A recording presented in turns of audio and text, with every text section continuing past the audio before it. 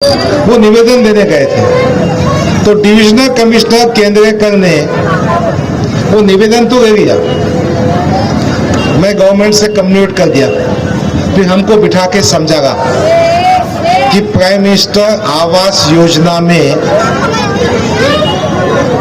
इम्तियाज जलील साहब को गलतफहमी हो गई है, हमने जमीन यहाँ दी थी, जमीन वहां दी थी। मैंने समझ में आ गया कि इम्तियाज जलील ने इसकी हवा टाइट की, इसलिए हमको पटा पटा के बात कर रहा। तो मैंने कहा कि इम्तियाज जलील साहब, जो पार्लियामेंट में आपने आवाज उठाया उससे divisional commissioner office, collector office और म्युनिसिपल कमिश्नर परेशान है। उन्होंने कहा डॉक्टर साहब आगे का खेल देखो अब क्या होता। उन्होंने कहा 15 तारीख को इन सब की पेशी है, ये तीनों ऑफिसर्स को सेक्रेटरी और मंत्री के सामने पेश होना है। फिर उसके बाद आपने अखबार में देखा होगा कि शहर में जितनी दरखास्तें आई थी उन तमाम को प्राइम मिनिस्टर आवास योजना के तहत मकानात दिए जाए। इसे कहते हैं क़ियादत, इसे कहते हैं नुमाइंदगी। स्टेज पे तशरीफ फरमा मजलिस इत्तेहादुल मुस्लिमीन के जनरल सेक्रेटरी, मुस्लिम पर्सनल बोर्ड के मेंबर मौलाना महफूजुर रहमान साहब, औरंगाबाद शहर म्युनिसिपल कॉरपोरेशन के अध्यक्ष मोहतरम शागिद नक्शबंदी साहब, स्टेज पे तशरीफ फरमा समीर साजिद बिगडर, अजीब जागीरदार साहब, फिरोज खान साहब, गंगाधर ढगे साहब, प्रभाकर पारदे साहब, विकास हेडके साहब, सलीम पटेल, सिराज सौदागर, अकरम भाई, अजीम पटेल, मोहिमीन खान, प्रोफेसर सोहेल जलील, दस्तगीर भाई, बबरू भाई, हमारे नौजवान साथी वसीम भाई, हमजद चाचू, मीर हिदायत अली साहब, डॉक्टर मोइन सालिम साहब, सालिम चाउर साहब, हमारे तमाम साथी, बुजुर्गों, दोस्तों, नौजवान साथियों, आज मजलिस का 64वां फाउंडेशन दिन है। आज के ही दिन हैदराबाद की सरजमीन पर मजलिस इत्तेहादुल मुस्लिमीन का क़याम अमल में आया था। ये क़याम एडवोकेट जो साहब सुल्तान सलाउद्दीन अवैसी के वालिद मोहतरम अब्दुल वाहिद अवैसी के हाथों अमल में आया। मैं आपको बताना चाहता हूं वो किन हालात थे, वो क्या सूरत हाल थी जिनमें मजलिस का क़याम अमल में आया। आप जानते हैं भारत की फौज ने पुलिस एक्शन किया, हैदराबाद सबसे ज्यादा मुतासिर हुआ, खून की नदियां बह गई, कुओं में लाशें डाली गई, मुसलमानों की अस्मतों से खेला गया, हैदराबाद के मुसलमानों पर ज्यादा जुल्म ढाया गया, जागीरदारी खत्म हो गई, नवाबियत खत्म हो गई, निजाम की हुकूमत खत्म हो गई और पूरे मराठवाड़े में खास तौर पर हैदराबाद के मुसलमानों में मायूसी छा गई थी। इन हालात में अब्दुल वाहिद अवैसी ने मजलिस कायम की ताकि मुसलमानों में जो मायूसी आ गई है, जो एहसास कमतरी आ गई है, उसको बहाल किया जाए और सियासी अमल के जरिए ताकत हासिल की जाए, दस्तूर के जरिए मुसलमानों को उनका हक दिया। इसीलिए 1958 में मजलिस इत्तेहादुल मुस्लिमीन का क़याम अमल में आया।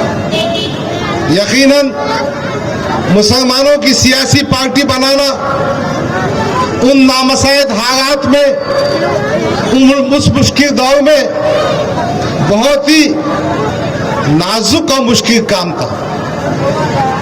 अब्दुल वाहिद ओवैसी डटे रहे। पहले कारपोरेटर सुल्तान सलाउद्दीन ओवैसी बने, फिर मजलिस ने कुछ कारपोरेटर्स बनाया, फिर सुल्तान सलाउद्दीन ओवैसी असेंबली पहुंचे, कुछ असेंबली के मेंबर्स चुनकर आए, फिर पार्टी आगे बढ़ती रही। आज तेलंगाना में मजलिस के 7 एमएलए हैं, 2 एमएलसी है, 1 मेंबर ऑफ पार्लियामेंट है। इन मुश्किल हालात में पार्टी बनाई गई। मैं इस मंच से अल्लाह रब्बुल इज्जत की बारगाह में दुआ करता हूं कि उन शख्सियतों को, अब्दुल वाहिद ओवैसी साहब, सुल्तान सलाउद्दीन ओवैसी साहब, अल्लाह उनको अपने जवाब रहमत में जगा दे, उनकी खबरों को नूर से भर दे, उनको ऊंचे दर्जात अता करे। और आज आप जानते हैं कि क़ियादत किसके हाथ में? आज क़ियादत है बैरिस्टर असदुद्दीन ओवैसी के हाथ में, क़ियादत है अकबरुद्दीन ओवैसी के हाथ में। और इसी पार्टी के यूम तासीस के मौके पर मैं आपसे मुखातिब हूं। अजीज़ान गिरामी, सियासी पार्टी क्यों होना चाहिए? सियासी पार्टी का मिशन क्या है? सियासी पार्टी की क़ियादत कैसी होना चाहिए? मैं बहुत साफ अल्फाज में कहना चाहता हूं कि मजलिस इत्तेहादुल मुस्लिमीन इस पूरे हिंदुस्तान में मुसलमानों को दस्तूर में दिए गए हुकूक दिलाना चाहती है, उनको भी बराबर का शहरी बनाना चाहती है, उनको वो तमाम सहूलियात जो दूसरों को मुयस्सर है वो देना चाहती है। क़ियादत चाहती है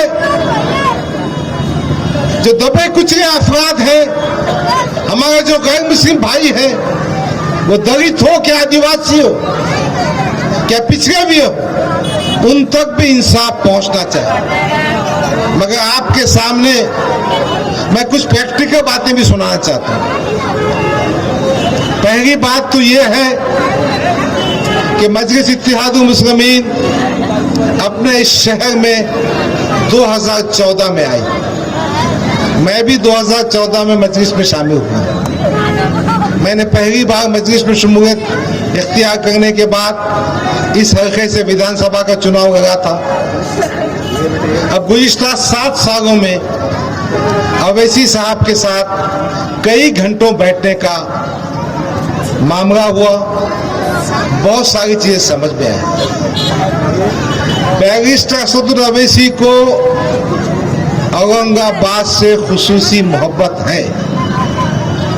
बीच में आपने एक बात सुनी होगी कि साहब ने पार्लियामेंट में कहा कि मैं अपनी जिंदगी का आखिरी सफर यहाँ के नौजवानों मुस्लिम भाइयों के कंधे पर करना चाहता हूँ। निजी महफिल में कई दफा मौलाना महफूजुर रहमान गवाह है, उन्होंने कहा कि इस बस्ती से मुझे मोहब्बत है। इस बस्ती से मोहब्बत इस वास्ते भी है कि यहाँ हजारों की तादाद में बुजुर्गान दीन आराम कर रहे हैं। बहरहाल ये बात मैं आपको इसलिए कह रहा हूँ कि मजलिस इत्तेहादुल मुस्लिमीन की क़ियादत खास तौर पर बैरिस्टर असदुद्दीन ओवैसी साहब इस शहर औरंगाबाद से बेइंतहा मोहब्बत करते हैं। फिर मैं आपको वो बातें भी सुनाना चाहता हूँ जो प्रैक्टिकली हमको हुई। हमारे एक साथी ने शहर में गुज़िश्ता चंद साल पहले हुए फसाद का जिक्र किया। जब इस शहर में फसाद हुआ, उस फसाद के नुकसानात मुसलमानों को उठाना पड़े। कई दुकानें जला दी गई, हमारे हमारा एक नौजवान शहीद हो गया। इस फसाद के मामले में हमारे साथी रात भर जागते रहे, जहां जरूरत पड़ी वहां मदद पहुंचाते रहे। और जब रात में शहर के वक्त सो रहा था, गालिबन 7 या 6 बजे के आसपास मैं बिस्तर पर लेटा। मैंने कहा अब मैं 2 घंटे सोना चाहता हूं, रात भर जागा हूं। 7 बजे के करीब मेरा बेटा टेलीफोन लेके मेरे पास आया। उसने कहा अब्बा जी, असद भाई का फोन आ रहा है, आप बात कीजिए। मैंने उनसे बात की तो बैरिस्टर असद भाई साहब ने क्या पूछा, भाई सब खैरियत से है, आप सबकी मदद कीजिए, जिस पे जुल्म हुआ उसका साथ दीजिए। मैंने कहा साहब इंशाल्लाह सब ठीक ठाक होगा। मुझसे कहा कितना नुकसान हुआ है, कितनी दुकानें जली हैं। मैंने कहा मुझे अंदाजा नहीं है। उन्होंने कहा हम कुछ पैसे भिजवाना चाहते हैं। मैंने कहा असद भाई पैसे भिजवाने की जरूरत नहीं, हम आपकी सिपाही ये काम करेंगे। उन्होंने कहा डॉक्टर साहब मैं पैसे भिजवा रहा हूं। तकरीबन असदुद्दीन अवैसी ने अपने जेब से इन दुकानों की तामीर के लिए शाहगंज में 9 लाख रुपये भेजे। मेरे लाख मना करने के बावजूद मुझे वो वाकया भी याद है। एक दफा हम सभा करके निकल रहे थे, मैंने देखा भी नहीं, हमारी पजेरो गाड़ी में जा रहे थे। एक बच्चा सामने आ गया, कुछ जख्मी भी हो गया। जब हम एयरपोर्ट पहुंचे तो असद भाई ने कहा डॉक्टर इम्तियाज तुम दोनों अंदर आओ। हम अंदर गए, बैग खोला, निकाल कर 20,000 रुपये मुझको दिए। वो एक बच्चा जो जख्मी है उसका इलाज करा। मैं आपको ये कहना चाहता हूं, अभी अमरावती में फसाद हुआ। अमरावती में हमारे 9 कारपोरेटर्स हैं, तिरंगा रैली हुई औरंगाबाद बंबई में। वहां साहब ने मुझे बताया कि अमरावती में जो फसाद मुतासरीन थे उनको 6,84,000 रुपये इमदाद के तौर पर भेजे। ये वो क़ियादत है जो आपके दुख में शरीक होती है। ये वो क़ियादत है जो आपसे मोहब्बत करती है। ये वो क़ियादत है जो आपकी तकलीफ को अपनी तकलीफ करती है। अकबरुद्दीन अवैसी को तो आपने बहुत सुना होगा। मेरा भी तसव्वुर ऐसा था कि जज्बाती भाषण तो करते हैं, मगर मैंने कई दिन उनके साथ रहा तो दोस्तों और साथियों, ये मैं कहना चाहता हूं कि अकबरुद्दीन अवैसी की जिंदगी सुबह 8 बजे शुरू होती है। अकबरुद्दीन अवैसी ने अपने हल्के इंतखाब में 14 स्कूल बनाए हैं। CBSE इंग्लिश मीडियम के स्कूल है। हर स्कूल में 1000 बच्चे तालीम हासिल करते हैं। उनसे 1 पैसा भी फीस नहीं लेते हैं। उनके कपड़ों का, ड्रेस का, किताबों का इंतजाम करते हैं। अकबर साहब सुबह 8 बजे उठकर ये 14 स्कूलों को जाते हैं। फिर मजलिस इत्तेहाद मुस्लिमीन ट्रस्ट के जरिए इंजीनियरिंग कॉलेज है, फार्मेसी कॉलेज है, B.Ed कॉलेज है, D.Ed कॉलेज है, IT का कॉलेज है, जर्नलिज्म का कॉलेज है, ओवैसी हॉस्पिटल मेडिकल कॉलेज है, असरा हॉस्पिटल है। ये सब काम निपटते हैं। फिर दोपहर में दारुस्सलाम में आकर बैठते हैं। अवैसी हॉस्पिटल में मुझे उनके साथ जाने का इत्तेफाक हुआ।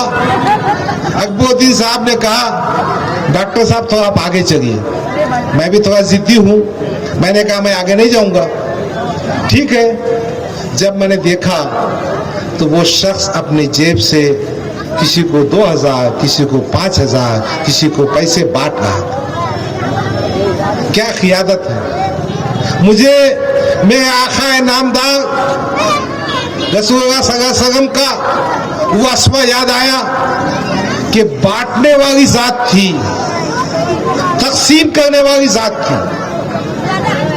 वो किरदार हमारी क़ियादत के पास, और वही किस्म की क़ियादत मजलिस इस शहर में बनाना चाहते हैं।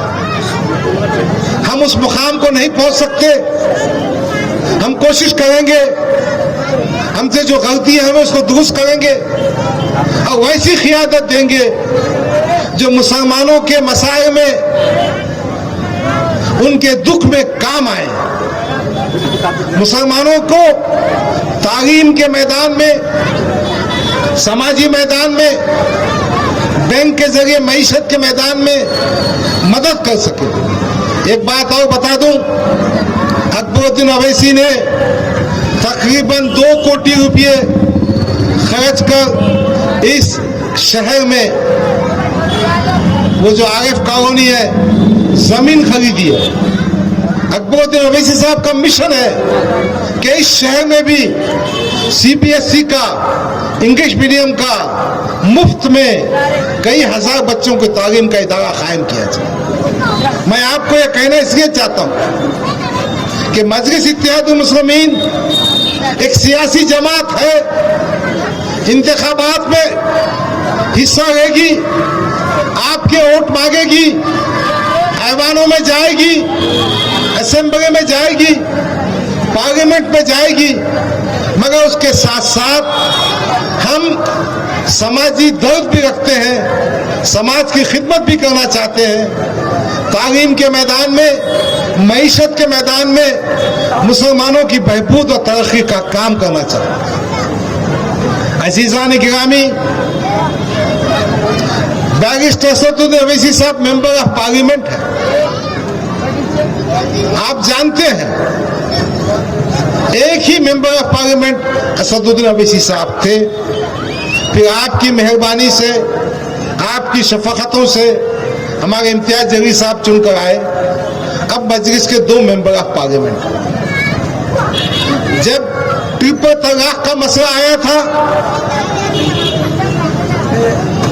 मुसलमानों के खिलाफ शरीयत में मदाखलत का काम किया गया, उस वक्त पार्लियामेंट में 23 मुसलमान MP थे। किसी को यह तौफीक नहीं हुई कि मोदी हुकूमत की आंखों में आंखें डालकर ट्रिपल तलाक के कानून की मुखालफत करे। यह आपका कायद, हमारा कायद, मिलत इस्लामिया का शेर बैरिस्टर असदुद्दीन अवैसी था, जिसने मोदी हुकूमत की आंखों में आंखें डालकर शरीयत में होने वाली मदाखलत की मुखालफत की। CAA का कानून आया, शरीयत में तब्दीली का कानून आया, यह आपका कायद था, ये इम्तियाज जलील थे। कायद मोहतरम ने उस कानून की कॉपी को हरी पार्लियामेंट में फाड़ कर फेंक दिया। यह है क़ियादत। मैं दूसरी सियासी पार्टी में था, मुसलमान दूसरी सियासी पार्टी में भी है, मगर वो वही बात कह सकते हैं जो उनका अध्यक्ष कहे। ये पार्टी अपनी पार्टी है, क़ियादत अपनी है, एजेंडा अपना है, बात अपनी होगी।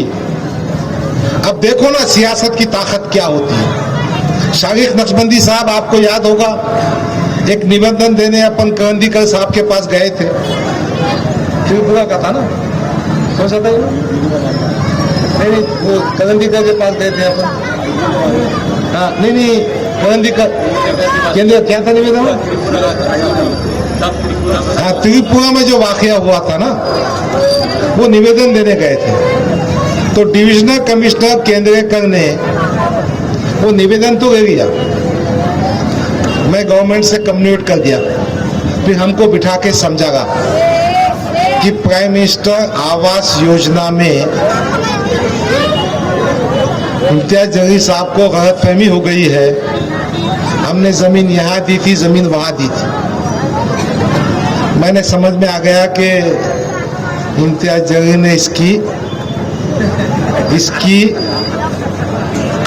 हवा टाइट की, इसलिए हमको पटा पटा के बात कर रहा। मेरे समझ में जब भी समझ में आ गया कि पार्लियामेंट में इम्तियाज जलील साहब ने आदाद शुमार के साथ बताया कि प्राइम मिनिस्टर की जो मकान बनाने की घर को योजना है उसमें कई हजार दरखास्तें मौजूद हैं, मगर करंदीकर साहब, म्युनिसिपल कमिश्नर साहब और यहाँ के कलेक्टर साहब सिर्फ 352 आदमियों को दे रहे हैं। पार्लियामेंट में सवाल उठा, कंसर्न मंत्री ने इनकी मीटिंग बुलाई। इत्तेफाक से मैं समझता हूँ 6 तारीख की शाम थी। बैरिस्टर असदुद्दीन ओवैसी साहब पे चूंकि फायरिंग हुई थी, हमला हुआ था, मैं शख्सी तौर पर जाकर मिलना चाह रहा था, तो मैं दिल्ली गया, पंतनगर गया, साहब को मुलाकात किया, दिन भर साथ लिया और वापिस शाम में जब मैं दिल्ली में पहुंचा महाराष्ट्र सदन, तो इम्तियाज जलील साहब के साथ खाना खाए। तो मैंने कहा कि इम्तियाज जलील साहब, जो पार्लियामेंट में आपने आवाज उठाया उससे divisional commissioner office, collector office और म्युनिसिपल कमिश्नर परेशान है। उन्होंने कहा डॉक्टर साहब आगे का खेल देखो अब क्या होता। उन्होंने कहा 15 तारीख को इन सब की पेशी है, ये तीनों ऑफिसर्स को सेक्रेटरी या मंत्री के सामने पेश होना है। फिर उसके बाद आपने अखबार में देखा होगा कि शहर में जितनी दरखास्तें आई थी उन तमाम को प्राइम मिनिस्टर आवास योजना के तहत मकानात दिए जाएंगे। इसे कहते हैं क़ियादत, इसे कहते हैं नुमाइंदगी।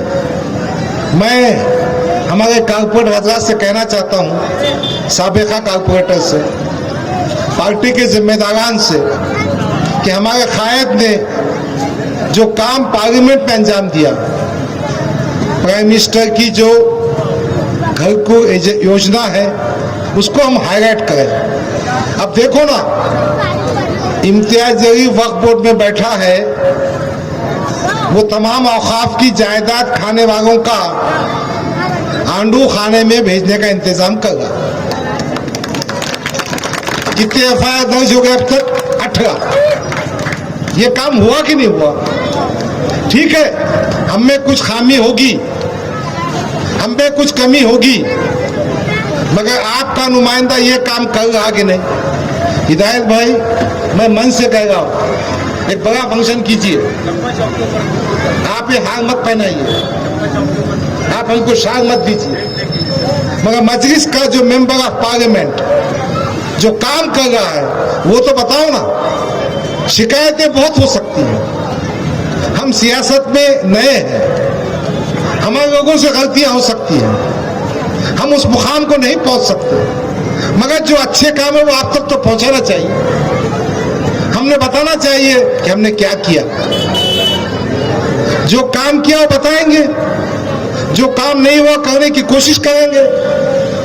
आपका हमारा रिश्ता चंद मिनटों घंटों का नहीं कि हमने स्टेज पे बैठना, आपकी वाहवाह सुनना, भाषण करके जाना। हम इस बात के लिए पाबंद है कि हम आपके सुख दुख में साथ देंगे, हम आपके साथ उठेंगे। यूं में तासीस के मौके पर मैं सबसे कहना चाहता हूं, मस्जिद के दरवाजे तमाम अफराद के खुले हैं। वो हमारे हजरात जो दूसरी सियासी पार्टियों में हैं, हम उनको भी दावत देते हैं, आओ हम सब मिलजुल कर एक नई ताकत बनाएंगे। टिकट किसको मिलता, उम्मीदवार कौन बनता, वो हमारा विषय नहीं। हमारा विषय यह है कि कौमी सतह पर बैरिस्टर असदुद्दीन ओवैसी, इम्तियाज जलील के हाथों को मजबूत किया जाए। महाराष्ट्र में हमारे मेंबर ऑफ असेंबली चुनकर जाए,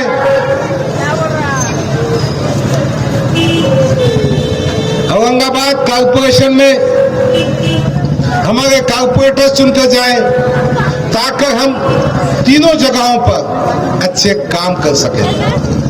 अजीज़ान गिरामी, मोहतरम साथियों, मजलिस यकीनन आपकी खिदमत करना चाहती है।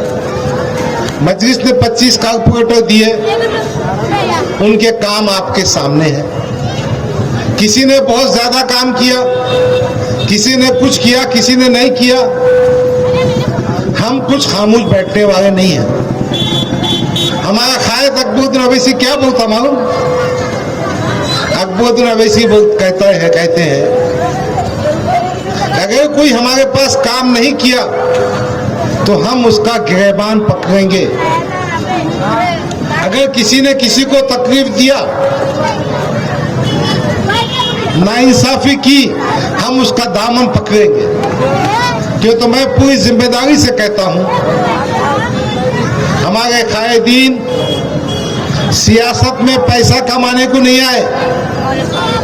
इम्तियाज जलील और गफ्फार कादरी आपके सामने नुमाइंदा बन के खड़े हैं। हमारा मकसद एक पैसा भी कमाना नहीं, हमारा मकसद झूठे काम नहीं होना है। हम पैसा कमाने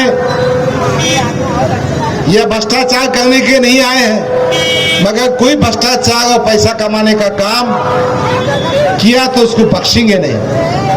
एक बात आपको याद होगा कि अकबरुद्दीन अवैसी साहब 2015 में आम खास मैदान में कॉर्पोरेशन के इंतखाबात से पहले आए थे, मगर आपने देखा क्या इफेक्ट हुआ। हमारी कॉर्पोरेटर्स की संख्या 25 तक पहुंच गई। यकीनन आप लोगों का एतमाद है, आपकी मोहब्बत है। नतीजे में हमने असेंबली इंतखाबात 2014 में मध्य की सीट जीती थी, फिर पार्लियामेंट की सीट जीती, 25 कॉर्पोरेटर चुन के आए। विधानसभा में थोड़ा पीछे हट गए, मगर एक बात सुन लीजिए, हम हिम्मत हारने वाले नहीं। हम हमारी सफों को दुरुस्त करेंगे। हमारे पास जो खामियां हैं उसको दुरुस्त करके हिम्मत से मुकाबला करेंगे। फिर हमारी तैयारी है कि जब कभी कॉर्पोरेशन के चुनाव होंगे, मजलिस को ताकत के साथ इंतखाबात में उतरेंगे। बैरिस्टर असदुद्दीन अवैसी साहब की क़ियादत में, इम्तियाज जलील साहब की क़ियादत में हम कामयाबी हासिल करेंगे, अपनी ताकत बनाएंगे। एक बात और कहना चाहता हूं, अवैसी साहब, असदुद्दीन अवैसी साहब जब मैं पंतनगर गया था, मुझसे कह रहे थे कि डॉक्टर साहब यूपी का चुनाव हो जान दो, 10 मार्च के बाद हम पूरा महाराष्ट्र घूमेंगे, महाराष्ट्र में हर जगह को एक दिन देंगे। देखो, मजलिस इत्तेहादुल मुस्लिमीन के सदर को न सिर्फ औरंगाबाद से वाबस्तगी है, बल्कि पूरे महाराष्ट्र से वाबस्तगी है। अभी बंबई में जो तिरंगा रैली हुई थी, इम्तियाज जलील साहब ने उसकी आवाज लगाई थी, सब साथियों ने साथ दिया। मगर ये बात मैं कहना चाहता हूं, मुसलमानों को रिजर्वेशन मिलना चाहिए। रिजर्वेशन की बुनियाद पर तालीमी मैदान में, रोजगार के मैदान में मौके मिलना चाहिए। ये तमाम ख्याल, ये तमाम नजरिया, ये तमाम मकासद बैरिस्टर असदुद्दीन अवैसी के हैं और काफी जायदाद का फायदा पहुंचना चाहिए। तो बहरहाल एक बात मैं कहना चाहता हूं कि हमारी क़ियादत, हमारे बैरिस्टर असदुद्दीन अवैसी साहब, अकबरुद्दीन अवैसी साहब मुखलिस हैं, मिल्लत का काम करना चाहते हैं। आप मजलिस इत्तेहादुल मुस्लिमीन को ताकत दीजिए, मजलिस को कामयाब बनाइए। यूम तासीस के मौके पर हम आपसे अहद करते हैं कि इंशाअल्लाह ताला बेलौस मकसद से, बेगर्ज मकसद से मस्जिद के जिम्मेदारान बशमूल इम्तियाज जरी और गफ्फार कादरी आपकी खिदमत करते रहेंगे। हमारे कायदीन के बारे में दुआ कीजिए।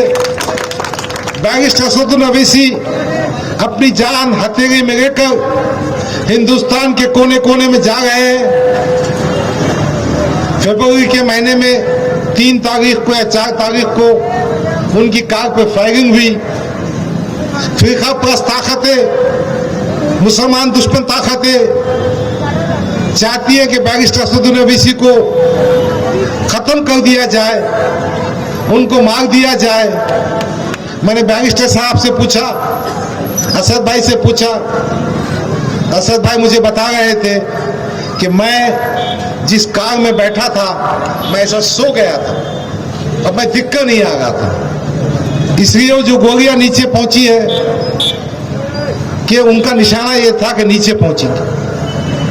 कहने का मकसद ये है कि आज वो कायद पार्लियामेंट में क्या कहता है? कायद कहता है कि मुझे सिक्योरिटी मत दो, मेरी कौम को सिक्योरिटी दो, मुझे हिफाजत नहीं चाहिए। वो जुनैद की माँ को इंसाफ दो, अखलाक के बाप को इंसाफ दो। जो मुसलमान पिट रहे हैं, जिनको रास्ते पे मार दिया जा रहा है, उनको इंसाफ दो। मुझे अल्लाह की सिक्योरिटी काफी है। तो जो कायद अपनी जान की बाजी लगाकर आपकी खिदमत के लिए अपनी जान हथेली में लेकर पूरे हिंदुस्तान में घूम रहा है, तो मैं आपसे गुजारिश करने आया हूं कि दर्दमंदाना अपील कि उस कायद के हाथ को मजबूत कीजिए, मजलिस इत्तेहादुल मुस्लिमीन को ताकत दीजिए, अपनी सफों में इत्तेहाद पैदा कीजिए। आज सब आपके दुश्मन हैं। आपने देखा हिजाब का मसला कौन सा अहम मसला है? हमारी बेटियों को, हमारी बहनों को, उनकी गैरत और हमियत को ललकारा जा रहा है, हमारे शायर के खिलाफ बात की जा रही है। तो कैसा होगा? क्या इन हालात में भी आप मुत्तहद नहीं होंगे? क्या इन सूरत हाल आपको इत्तेहाद की दावत नहीं देती? एक बेटी मुस्कान है, मेरे कायद ने फोन पर उससे बात की, आओ मजलिस को ताकत दो शरीयत मोहम्मदी के बचाने के लिए, मुसलमानों की गैरत और हमियत को बचाने के लिए, इंसाफ को हासिल करने के लिए, दस्तूर में दिए गए हुकूक को हासिल करने के लिए, हमारे गैर मुस्लिम भाई, दलित भाई, मजलूम भाइयों को इंसाफ दिलाने के लिए यूम तासीस के मौके पर ये गुजारिशात आपके गोशगवार करनी थी। आप तमाम ने मेरी बात को भी सुना। वक्त भी खत्म हो रहा है। पुलिस प्रशासन से जाते जाते कहना चाहता हूं कि आपका शुक्रिया, मगर भाई इस बात की गुजारिश है कि कोई कार्रवाई ना हो, क्योंकि इसी शहर में सांस्कृतिक मंडल मैदान पर जो बड़ी सभा हो गई है, तो दोनों के लिए पैमाने एक होना चाहिए। मजलिस के लिए सौतेरा सलूक ना हो, यही प्रशासन से विनती करता हूँ। और खुदा हाफिज, अस्सलाम वालेकुम, जय भीम, जय मीम।